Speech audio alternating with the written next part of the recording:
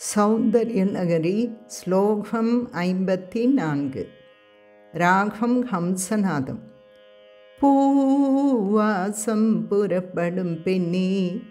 நான் பூவறிந்தாள் பவித்ரீகர்த்தும் நக பவித்ரீகர்த்தும் நக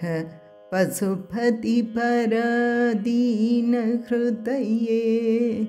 पशुपति पराधीन हृदये दयामित्रैर्नेत्रैः दयामित्रैर्नेत्रैः अरुणधवलश्यामरुचिभिः अरुणधवलश्यामरुचिभिः नदगसो नो गंगा नदगसो नो गंगा तपनतनयेदि ध्रुवममुं तपनतनयेदि ध्रुवममुं त्रयाणां तीर्थानां उपनयसि संवेतमनकम् उपनयसि संवेतमनकम् पवित्रीकर्तुं नः पशुपति पराधीन हृदये पवित्रीकर्तुं नः पशुपति पराधीन हृदये दयामित्रैर्नेत्रैः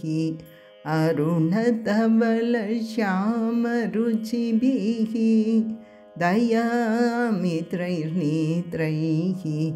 अरुणधवलश्यामरुचिभिः नदगसो नो गंगा तपनतनयेदि ध्रुवममुं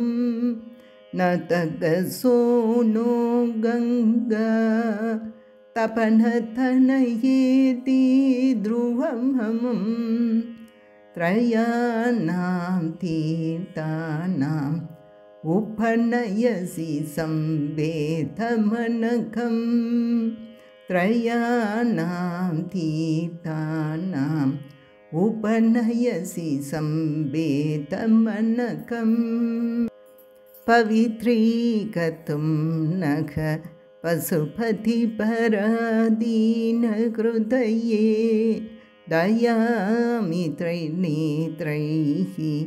अरुणधवलश्यामरुचिभिः पवित्रीकर्तुं नख पशुपति पराधीन हृदये दयामित्रैर्नेत्रैः अरुणधवलश्यामरुचिभिः नदगसो नो गंगा तपनतनयेदि ध्रुवममुं त्रयाणां तीर्थानाम् उपनयसि संवेतमनकम् नदगसो नो गंगा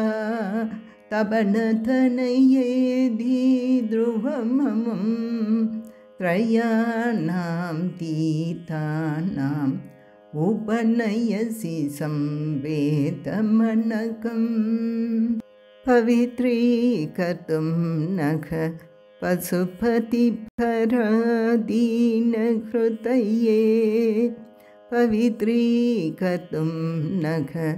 पशुपति पराधीन हृदये दयामित्रैर्नेत्रैः अरुणधवलश्यामरुचिभिः नदगसो नो गंगा तपनतनयेदि ध्रुवममुं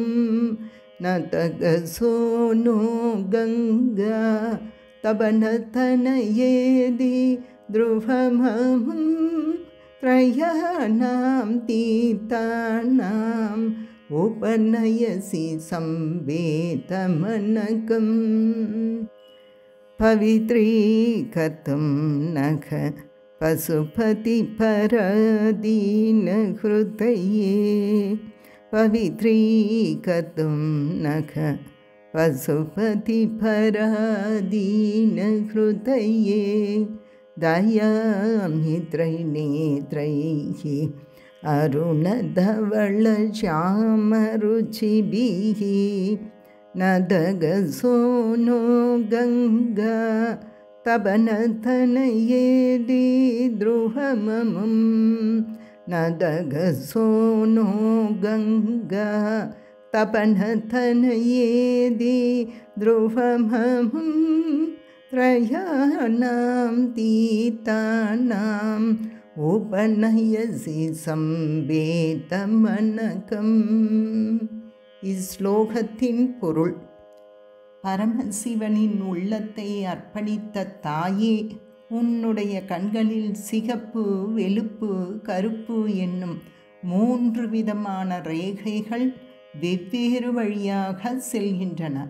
அவைகள் மேற்கு நோக்கி செல்லும் சிகப்பு வர்ணம் உள்ள சோனா நதி, கிழக்கு நோக்கி செல்லும் வெளுப்பான கங்கை, கிழக்கு நோக்கி செல்லும் கருப்பு வர்ணம் உள்ள யமுனை. இவைகளின் சங்கமத்தை எங்களை புனிதம் செய்வதற்காக அமைந்திருக்கின்றாய் என்றே எண்ணுகின்றேன். ஓம் ஸ்ரீ மாத்ரே நமக.